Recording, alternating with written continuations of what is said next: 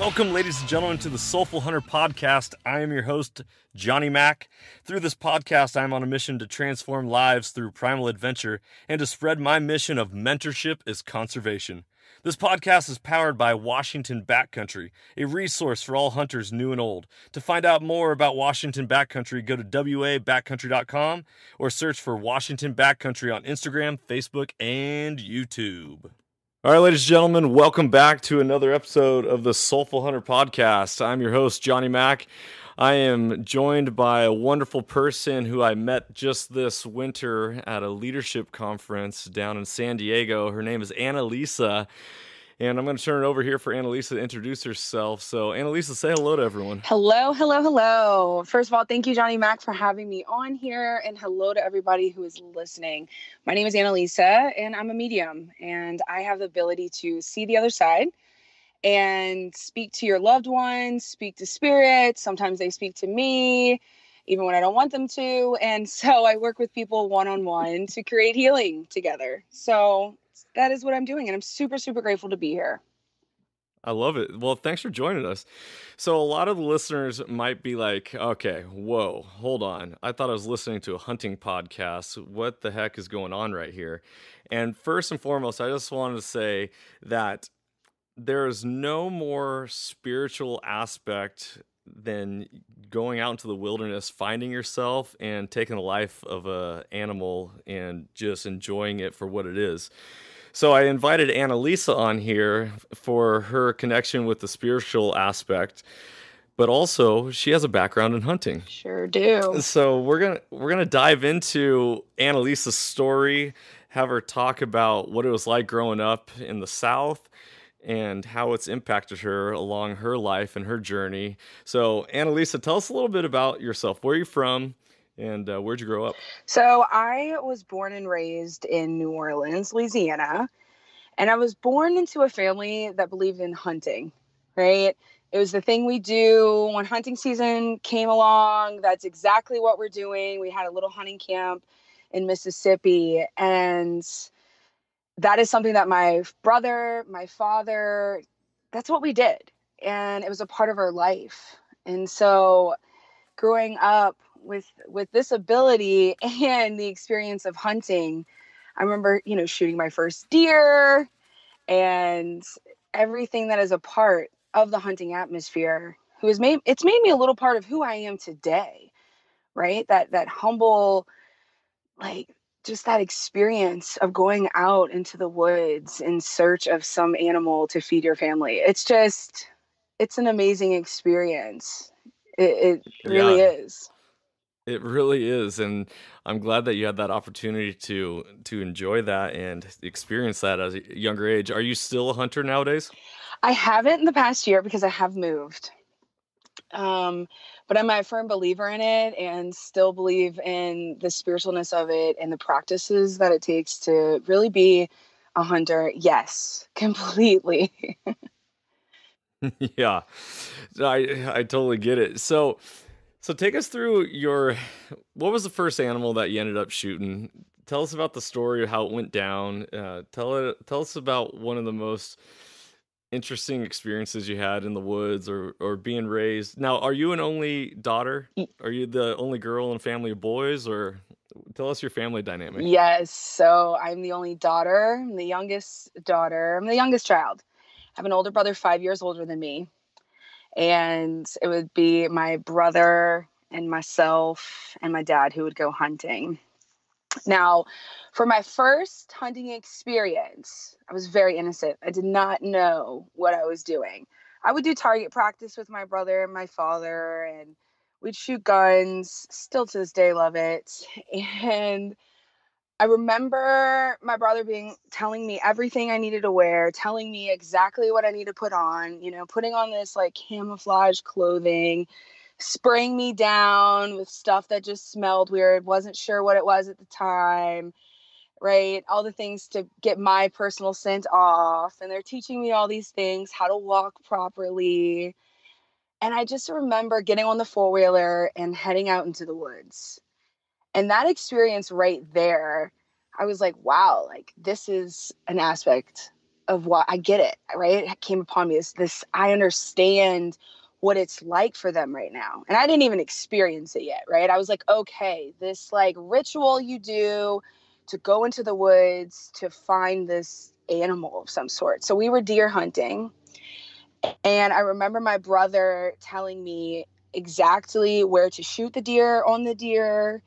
And what do I do if I shoot it? And he was like, don't scream, like, just shoot it. And I remember he fell asleep. We were in the stand, right? And it was my watch. He fell asleep. Well, a doe walks out. And then a buck walks out. And I was like, oh my God, right? Like freaking out silently. So I nudge him and he's like, line it up. So I line up my gun and I take this deep breath and I aim right where he told me. He told me, just look, if you can't figure it out, just aim for the shoulder area. Okay. And I was like, okay, shoulder, got it. So I shot it. I remember shooting it. My adrenaline was like pumping so hard. And I remember just the excitement, like, oh my God, I just did this thing that my brother and my dad like totally are into. And I was just so excited, right? So my brother ends up screaming like a little girl because he's so excited that his little sister just shot her first deer. It ended up being a 4-point, and which, no shame in my game, right? No shame. So Hey, there's no shame. No shame. I've yet to even shoot a deer, so you're in good company. So I was like, hey, first one's a 4-point. It was legal. It weighed correctly. I was happy. And I remember just feeling so a part of, well, what I didn't know was going to be coming next. So we like go down there, we like take the pictures, right? All the things. So we finally get this deer. We head back to our hunting camp, and all of like everyone just started coming out. They were like, oh, they asked my brother, like, did you shoot this? He's like, no. He's like, my little sister did. And I just remember everyone being so excited and just impressed, which I still didn't understand why, right? Wasn't really into the community quite yet. I didn't understand. So I was talking to someone, they went to go skin the deer, and I was talking to someone and I heard my brother say my name, and I turn around, and as I turn around, he just slaps me gently, not really slaps me, but like hits me in the face with his bloody hands. And I had no idea why he did this. It was just deer blood all over my face. And he wanted to take a picture. And that's when he explained to me, like, in that hunting camp, that was one of their rituals, if you say, like, to initiate you into the community of deer hunting. And I remember just looking at my dad and looking at my brother, and they were just so happy, so happy. And I just remember this feeling of community, right? Like this connection that I just didn't know existed until I experienced it. And I felt a part of. Felt a part of something that I didn't even know I wanted to be a part of or like knew was there. Yeah. That's a really interesting perspective, is that what you said, you didn't even know that you wanted to be a part of until you experienced that community. You didn't realize what you're missing out on. Correct. Dive more into that for us.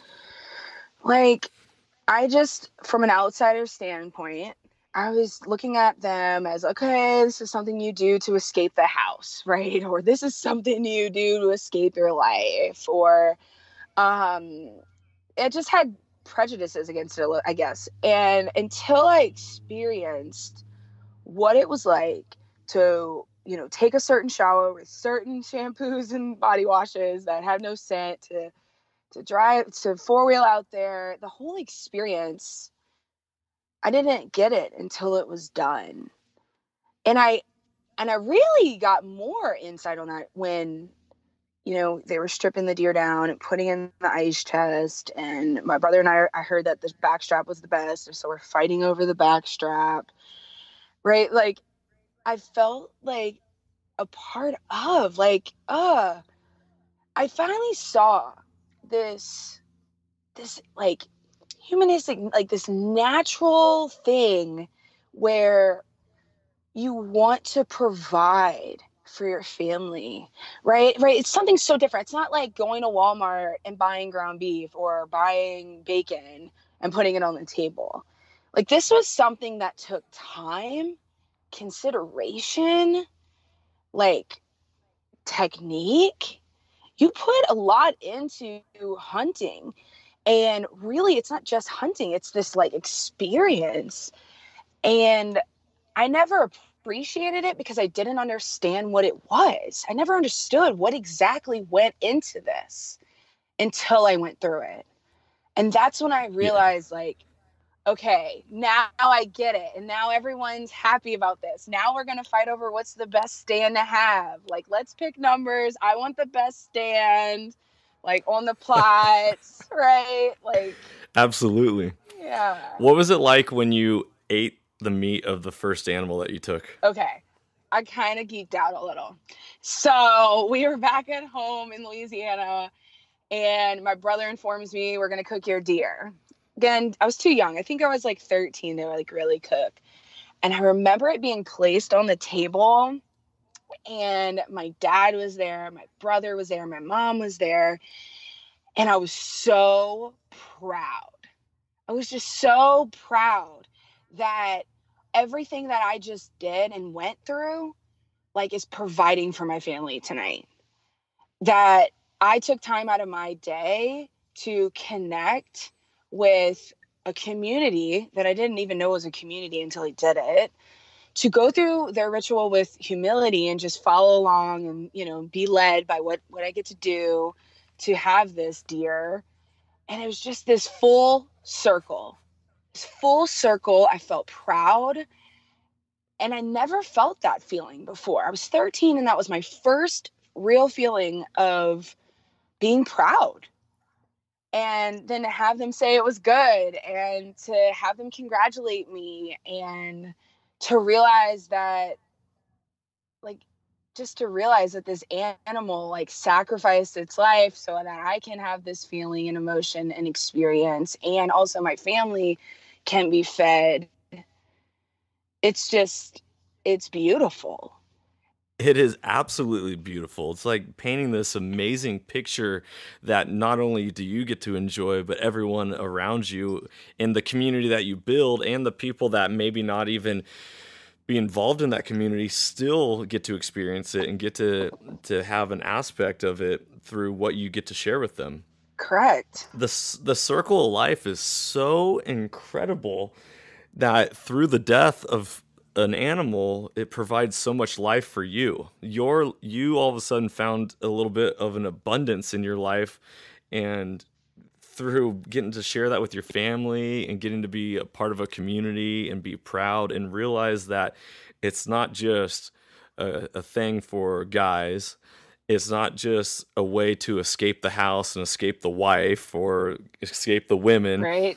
but that there's actually a lot of reason, purpose, and clarity into why people are going out to harvest their own meat, and also to just provide a spiritual aspect to their own lives that they can't get when they're working a 9 to 5, or where they're staying at home, taking care of the family, whatever it is, it sets them free.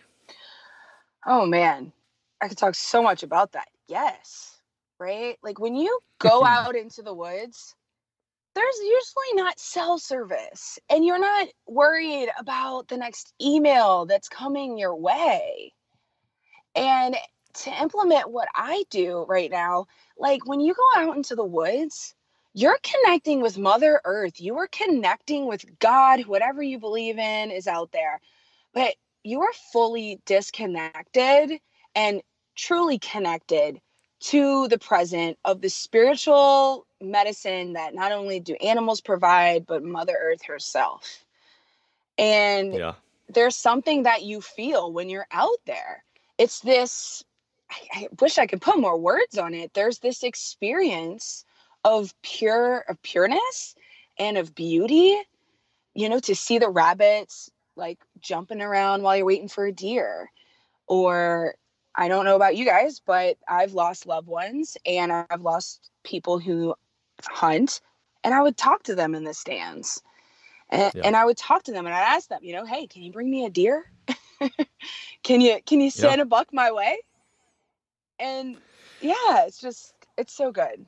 So good. It's really interesting hearing you talk about the spiritual connection. And what I've learned in the last few years is that, a lot of times there's this concept of having that positive thinking, that positive attitude. And with that is also just constantly trying to connect with nature.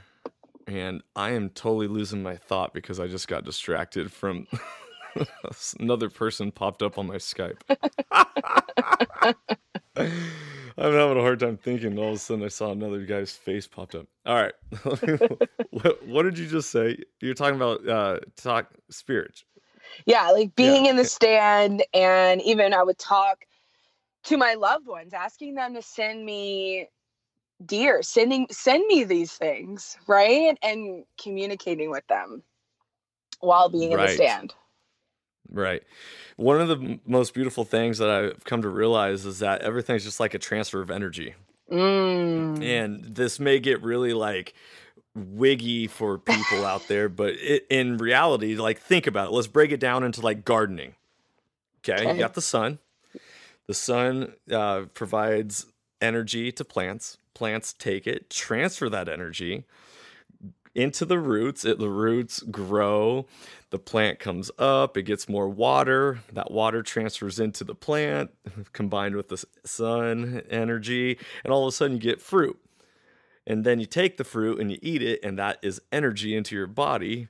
And then you have the food exit your body, and then that becomes food for the soil and for the plants, and the cycle just continues. And so it's all a transfer of energy. And so when it comes to like the spiritual side of things, I truly believe that we are all connected, whether like you think of it like Mother Earth or like the mother tree in the movie The Avatar. Yes. Or whatever it is, but it's like there's something out there that you connect with yourself, you connect with your creator, and it's hard to explain. It's like it's hard to put words to it, but when I looked the bear that I shot for the very first time to take my first big game animal, and I looked in its eyes, I remember before I squeezed the trigger thinking, it knows it's going to die right now. Mm-hmm.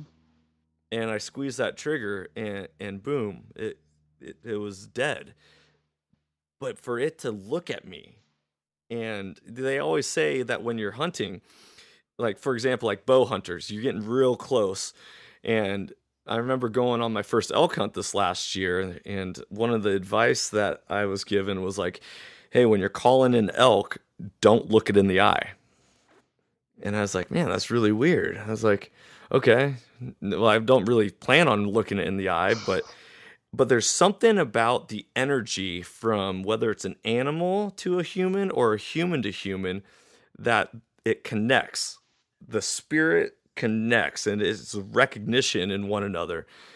And I don't know if any listeners out there have babies or children, but if you are in a room with a sleeping baby and you make eye contact with that baby, it's going to wake up and look at you. Mm-hmm.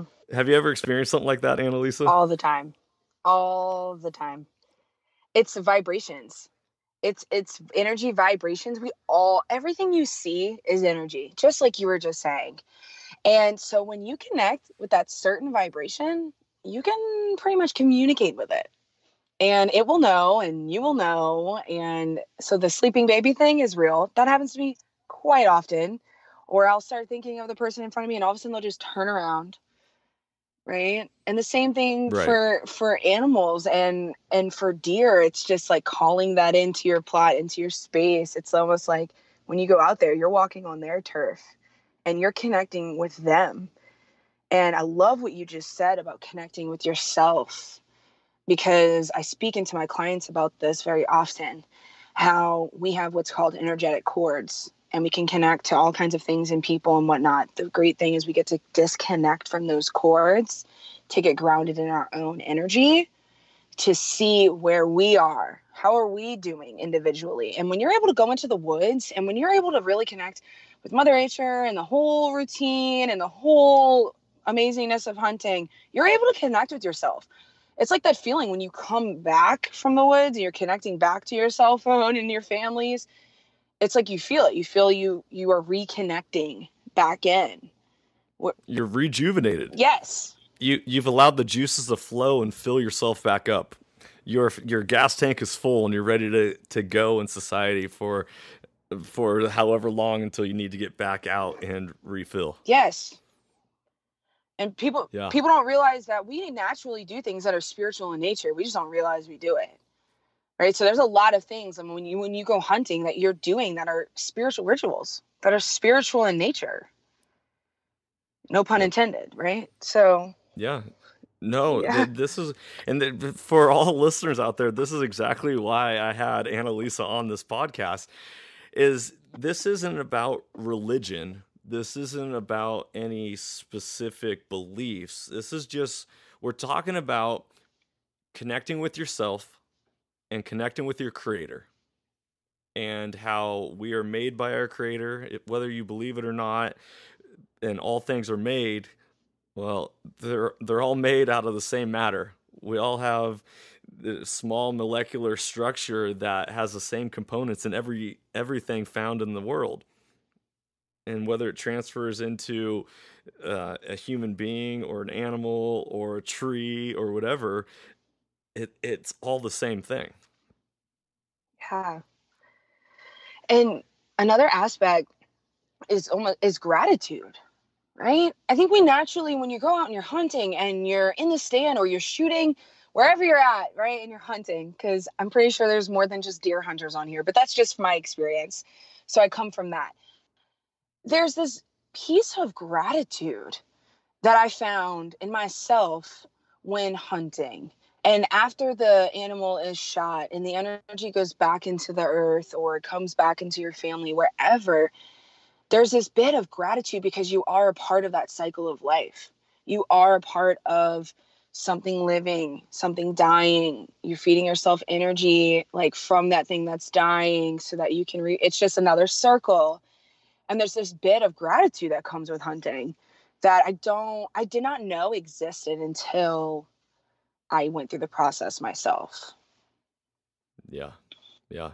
Like you said, when you're buying ground meat at Walmart or whether it's bacon or whatever, it's not a circle. Even though there is a circle of life in that, because you're going to a store, getting it, consuming it, it's easily forgotten. Yeah. And there's no reconnection back to that animal or to how that animal's life was taken. Now, there's no knock on ranchers, because we need ranchers here in America. We need ranchers in this world, and not everyone is meant to be a hunter. I want everyone to hunt, but just like they're in tribes, there are roles that people play, and some people are really good with certain aspects, and they're given gifts in their lives. But with that being said, is that those of you who are meant to hunt, those of you who feel the call upon your life, the call of the wild, like Jack London, the old book, is like, answer it. Get off the couch, get outside and start living your life. Life is now. Go climb a mountain. Go take a hike, man. Find out what's in the woods. Look what's over the next ridge. Look inside your soul when you're connecting with nature and finally disconnecting from society. It gets me all fired up, gets me frustrated. That's why I started the podcast. I needed to have an outlet for what I believe in. Totally. And like when, there's an aspect I think that maybe people are fearful of it, or that area of unknown, like, okay, Johnny, I want to do this, but how do I do that? right? They're like, what can I do? And I can say from my own experience, like watching my brother and watching my father hunt, they would take people under their wing at times and show people their, I don't even know what to call it, right? Their craft or like their experiences, just like they taught me, and would share those experiences. And it's like pure love. And in the spiritual realm, like everything runs off of love, everything runs off of energy. And so it's having the ability to either A, love yourself, or B, like just doing it to learn and not allowing any type of fear or embarrassment or anything like that to really affect you, to stop you from doing that, to really get out there and embrace this new area. And I say at least try it once. Try it once. If it's not for you, then you'll know. But there's definitely some magic and gratitude in going through the processes of having someone show you the way and being grateful for them to show you the way, right? I know many men and women who hunt and have shown their kids how to go. I remember there was this at our hunting camp. I want to say the kid was 9 years old and shot a 6-point. And I remember sitting back at 13 feeling jealous. I was like, how did this kid do this? Yet I took, right? I'm like, come on. But looking back and looking at them and was like, wow, like, look at that family. Look at that dad. So proud that he got to teach his son how to hunt and then how to shoot. And what do you do when you're ready to shoot a deer or an animal? And the cycle, the bonding moment that can create. It's sacred in itself. Like, it's so sacred. I just got done writing an article today for a website called A Matter of Legacy. And the whole aspect is that so often we completely forget about what we're leaving to this world. And, you know, whether you have children or not, legacies aren't just something passed down from father to son or parent to child. It's passed down to anybody. Yeah. A legacy is anything left from a predecessor. And the concept is that what are you going to leave for the next generation? And that's what mentorship is, conservation is why it's so important, is that to leave the legacy of mentorship is to truly love people. It's to truly give. It's being humble. It's putting someone else first before you. It is, in the Bible, it talks about there's no greater love than this, that a man lay down his life for another. And to lay down your life, a lot of times people think about that as giving up their life. Like, I'm going to die for that person. And that's like the ultimate sacrifice. But at the end of the day, if you take it like in the hunting aspect, if I have deer season that's only open for 2 weeks out of the entire year, and I wait that entire year to go hunt, and how am I going to mentor a new hunter in this short amount of time if I only got 4 days to hunt out of 2 weeks, if I'm only doing weekends? It's like, how do I justify to myself teaching somebody new how to hunt if I'm still trying to squeeze in the time for myself? But when you can take the time to mentor and teach, and it doesn't even have to be throughout the season, it can be at different times, but it's that mentorship that is true love, it's true giving. It is what is going to build community. It is going to build connection, and it is going to be able to create a love for hunting and the outdoors that is going to last a lifetime and allow people to grow roots in it and want to protect it for generations to come. And one of the things that I'm hearing you say, Anna Lisa, is that you almost miss hunting. I mean, maybe this conversation was a spark to restart your fire that you had in your life, but are you kind of getting a little energized and being like, all right, it's time to get out in the woods? Yes, like it's bringing it all back to me, because the one thing that hunting gave me from that experience was memories forever. I will forever remember the impact of when my brother took time out of his hunting time, life experience, whatever you want to call that, and taught me what it was like to hunt. And that meant, oh, it's going to make me cry because there's just so much gratitude that someone like cared enough to show me like this experience and how precious, because like you said, there's limited time, and like to go and have hunting season open for the year and to have that experience with my father and my brother, I will never forget, and it was almost, how you get close with people, you have like an inside joke with people. It was like this insider experience when I was around my brother and my dad.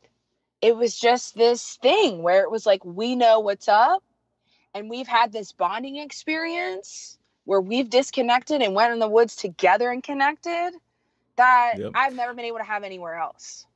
I call it like creating your own language. Yes. You speak your own language with your own community. Yes. That's perfect. Yes. Yeah. So what do you think hunting has taught you about yourself? That I'm strong. Stronger than you even thought? Stronger than I thought. Braver than I thought. And that I have the capacity to have a lot of courage. A lot of courage, because not only were we in the woods hunting for deer, there's if you own any type of wooded area or a campground or anything like that, there's more work to go into it. And so there's been times where I've had to have my own gun on a 4-wheeler. He's had his own gun on a 4-wheeler. And if a wild hog came at me, like, I knew what I needed to do, and I was willing to do that so it didn't attack me.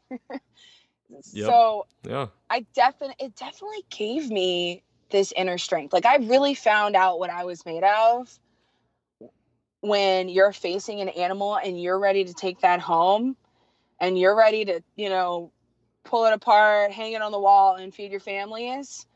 Like, there's something there when you pull that trigger that you cannot get. I have not gotten it from any other experience. So it taught me a lot about myself, that I'm strong, that I'm so much stronger than I thought.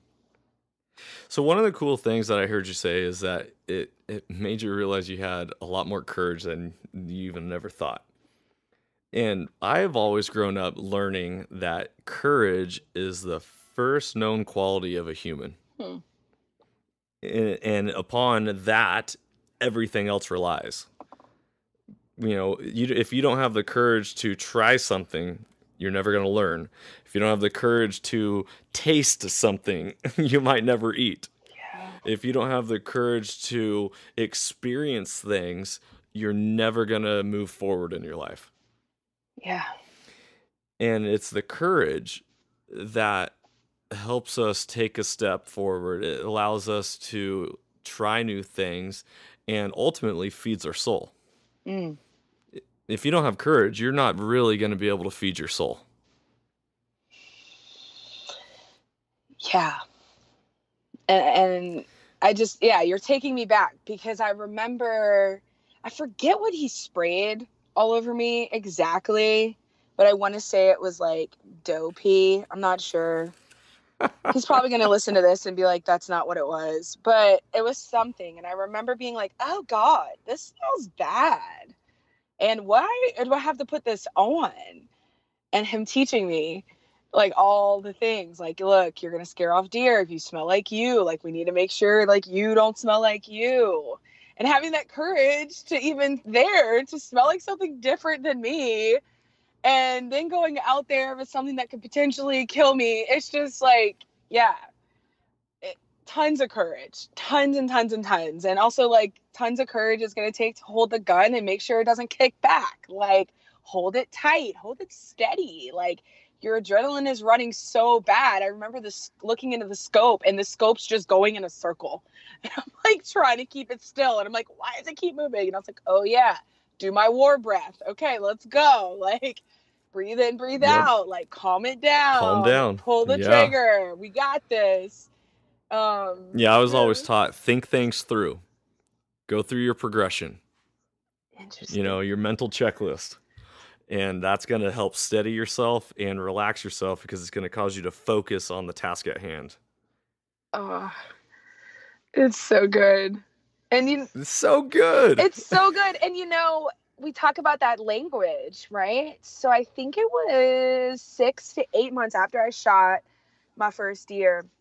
It was my birthday, and my brother had mounted my little 4-point buck. And I was so proud. I was like, I do not care. We are mounting this. I was like 14 at the time, or 15 now at that point or something. And yeah, I don't know about ages, but he mounted it for me. And I remember being so proud. And still to this day, I remember that moment. And it's like our own language. Like every time I look at that, I think about the memories that I've had and got to create with other people in the hunting world. You know, be able to walk up to someone else who may be a stranger and I know that they hunt and talk about that with them, right? Like I was able to have this conversation with you, Johnny, because I have that experience now. We speak a similar language.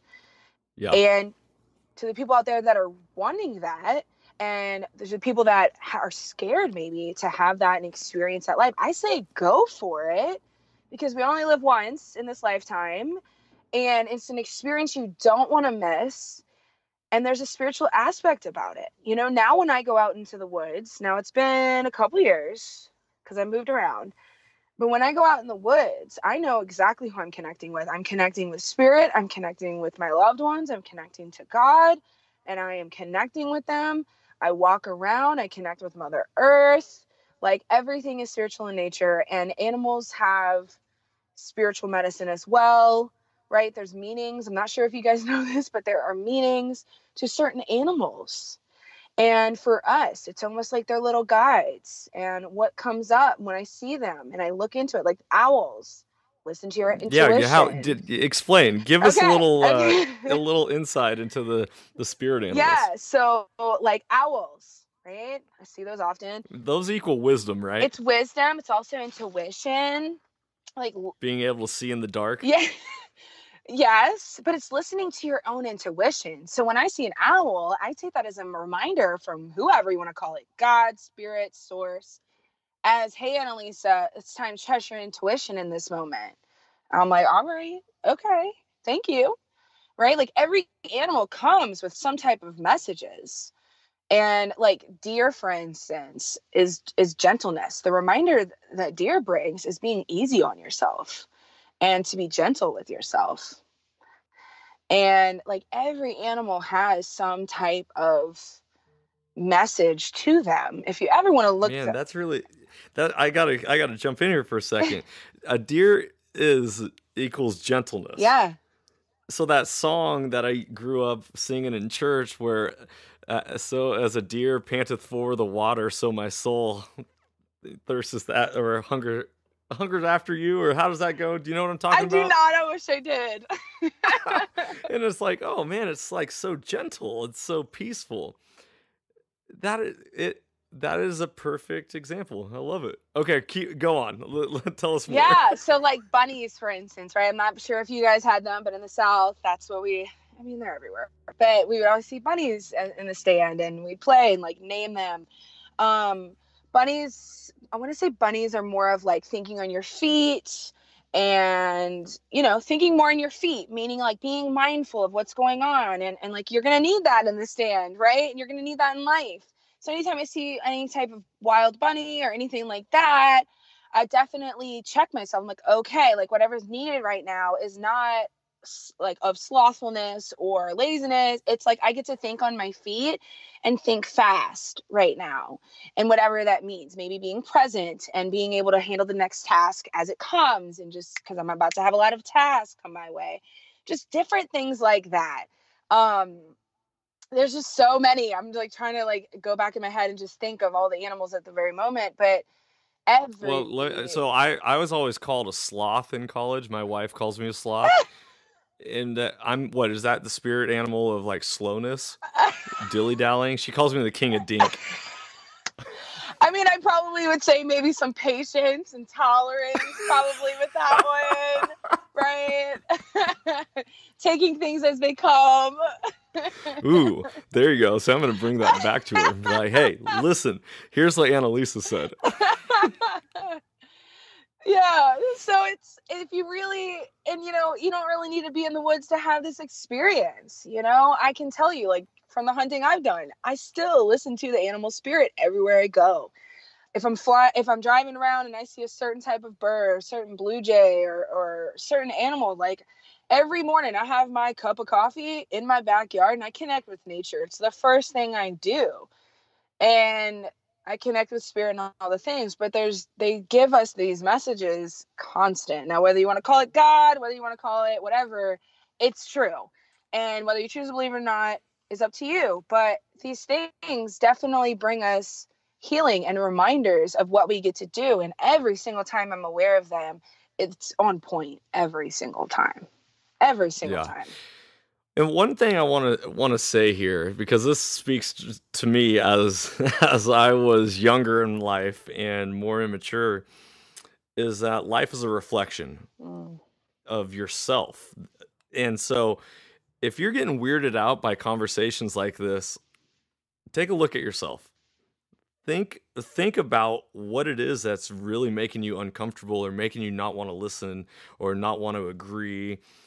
I'm not telling you whether you're right or wrong or whether Anna Lisa's right or wrong, but what I am telling you is that it's okay to reflect. And that inward reflection is going to lead to outward correction. And it's not correction of right and wrong, it's correction of the action in your life that you want to take. And it's always about getting better rather than getting worse. And we always want to grow as humans.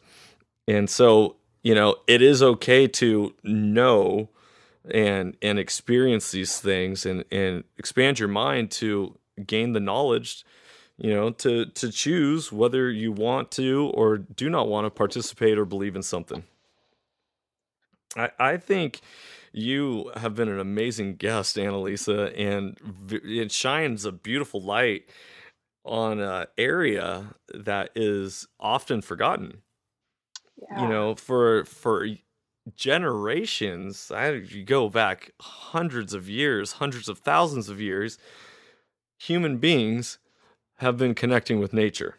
Yeah. They've been connecting with their creator, their God. They have been searching for something greater than themselves. Mm-hmm. And throughout all generations, it has been a person going into the wilderness to get that answer. Whether it was Jesus going out into the desert, whether it's a Native American going on a spirit quest, or wherever at in this world, people have always been going out into the wilderness to connect and to find themselves. And whether it's what they learn about nature or what they learn about themselves or what they get to experience in that, it is what brings them wholeness and purpose. Yes. Yeah. So, hey, do you know what the creed is of this podcast? I'm not. No, I do not. I'd love to know. The Soulful Hunter Podcast is all about transforming lives through primal adventure. The whole point, we're about recruitment and mentorship, but we're about teaching, guiding, learning. We're all through a focus on that mentorship, community, self-discovery, conservation, natural connections, and lastly, the primal adventure. It's what brings us home. One of the cool things that I heard you talk about earlier, and I want to just retouch on, is that it felt when you took your first deer, you felt so proud because you felt like you were a contributor. Mm-hmm. You finally contributed to your community. Mm-hmm. And one of the things that's lacking in this world is that more often than not, people are not gaining skills that they can pass down and leave to other generations.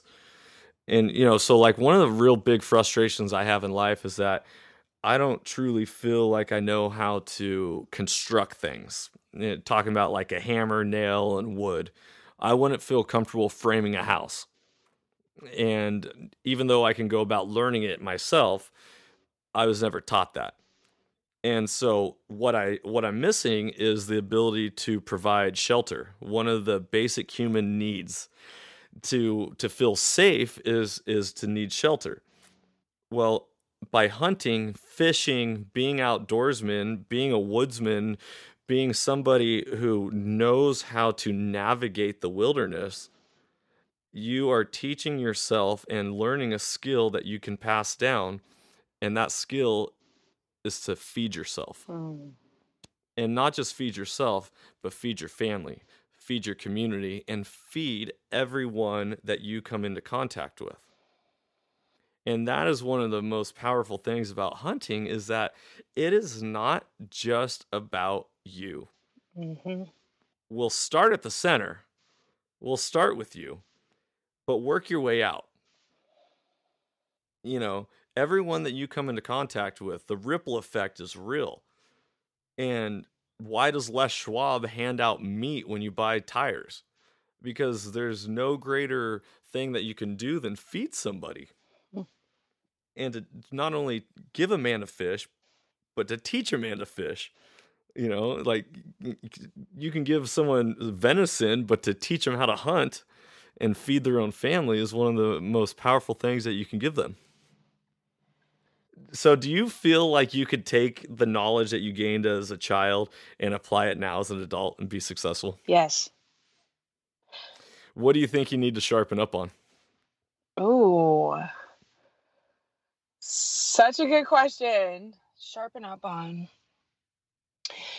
Well, as we're sitting here talking, it's reminding me of love, but not only just love, like love in action. Because that's what I hear you say, is you learn a skill, you pass it to someone else. And for me, that's a love of service. That is a love of action. And I don't know if sharpen would be the word, but the one that I want to grow even further. I want to know, how can I love and serve more people? Where can I put myself to be of bigger service to the world? How can I do that? What can that look like? And so to sharpen a skill, if I'm not sure if this answers your question exactly, but I want love. Like, how do I get to love more and show other people that love? And it doesn't really matter through what avenue. It's just a matter of like service to others. Does that answer your question? Totally. I'm going to reword it right here because I've said this before and I really appreciate it. So what you're saying is that what you need to sharpen up on is love. And the only way to sharpen up on love so you can give it is to start with yourself. Yeah. And when it comes to mentorship, specifically when we're talking about hunting mentors, a lot of people are fearful about mentoring another person because they don't have all the information, knowledge, or skill that they feel worthy enough to share. Therefore, when you just go ahead and love people, it doesn't matter because you are content with yourself. You can't give what you don't have, and you're never going to outgive good. And so if you just take those and be at peace and be like, you know what, whether someone knew all the answers or not, I would want them to reach out to me. I would want them to love me. You know, that whether someone could say they love you or someone could give you a hug. Yeah. What one's going to feel better? The hug. Yeah. The action taken. Yeah. The time spent. And so this goes with the mentorship for hunting, is that you don't have to have all the answers. You don't have to know when or where or how or what or why, but to spend time in community and invest in somebody else. You're never going to outgive good, and you're only going to gain more in your own life. Totally. Yeah. This is beautiful. I know. And like, I love what you just said about mentorship, because I've been there in my own practices, right? And so if meaning I've been in my space where I'm like, wait, I don't know if I'm qualified, right? I can imagine someone who's new to hunting, maybe a year or two. I wouldn't say new to that, but questioning, right, themselves. Am I good enough to be a mentor to someone else in this hunting field? Am I? I don't know. Answers probably that would come up if you have some fear about it is no. And the truth about it is, if you know how to do one thing and this other person does not know how to do the one thing, like, you can mentor them. You can show them that Bingo. one thing. So even if you're like, look, buddy, I'm not sure what I'm doing, but I know how to shoot a rifle and I know how to dress up in camo and I know a spot, that's most likely more than what, you know, a lot of people know and want to experience. Most of the time, these people that are wanting to hunt, they just want the experience, and being able to just open yourself up to the action love of saying, yes, meet me 6 a.m. here. I'll drive you here. We'll go together. That action of love and gratitude is a part of the community of the hunting world.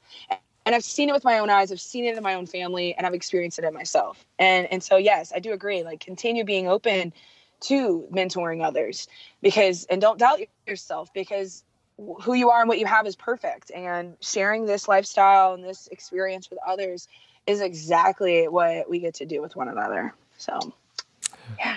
Well said. Well said, Anna Lisa. I just want to thank you for coming on this episode and sharing your thoughts and your perspective. You are an amazing person, a beautiful soul. Is there anything you would like to leave us with? Or how about this? I'm going to challenge you, now that you're starting to talk about mentorship and get back into hunting, when are you going to take somebody? Such a good question.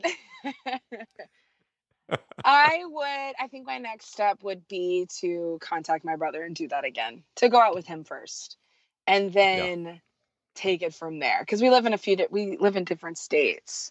So I get to experience that with him again. I think that would be the next thing. And then possibly taking a friend with me, with my brother, right? That carry forward, relationship and experiences together. And if I had to leave you guys with one thing, and what's coming to mind is the animal medicine. And I would, if you're interested, if that like piques your interest a little bit, Google's your best friend. You can always Google like spiritual meaning of, this animal, and you're able to look that up and connect deeper with yourself and with the animals that you see around you when you are out there. And the reason why I say that is because it's going to support you in connecting deeper with your spirit when you're out there. It supports me in widening my spirit when I'm out there in the woods or when I'm out around. So if it supports me, it would support anyone. And so happy hunting. Heck yeah. Heck yeah. Happy hunting and stay soulful, everybody. Yeah. Anna Lisa, thank you so much for joining us. Where can listeners get a hold of you at? Spirituallyintoxicated.com is my page. And every Wednesday, you can find me on Facebook, Instagram, Spiritually Intoxicated, because that is my business. And every Wednesday, I get on there live and we pull cards for people. So if you'd like that, come join me. 6 p.m. Wednesday, Spiritually Intoxicated on Facebook. Love it. Yeah. Well, make sure to go check out Anna Lisa and Spiritually Intoxicated whenever you get opportunity, everyone. Thank you so much for tuning in. Thank you, Anna Lisa, for joining us, and have a wonderful, wonderful day. Talk to you soon. Thank you, Johnny. Bye. If you enjoyed today's podcast, I'd love it if you could go ahead and give this a rating as well as subscribe. Also, you can check us out on Instagram under the Soulful Hunter Podcast. Make sure to tag us in pictures and posts and use the hashtag Soulful Hunter. To find out more about the Soulful Hunter Podcast, go to soulfulhunter.com and be sure to follow the podcast, as we are going to be bringing you a lot of great information, insight, and changing lives through primal adventure. I look forward to connecting with you on the next episode. Stay tuned and stay soulful.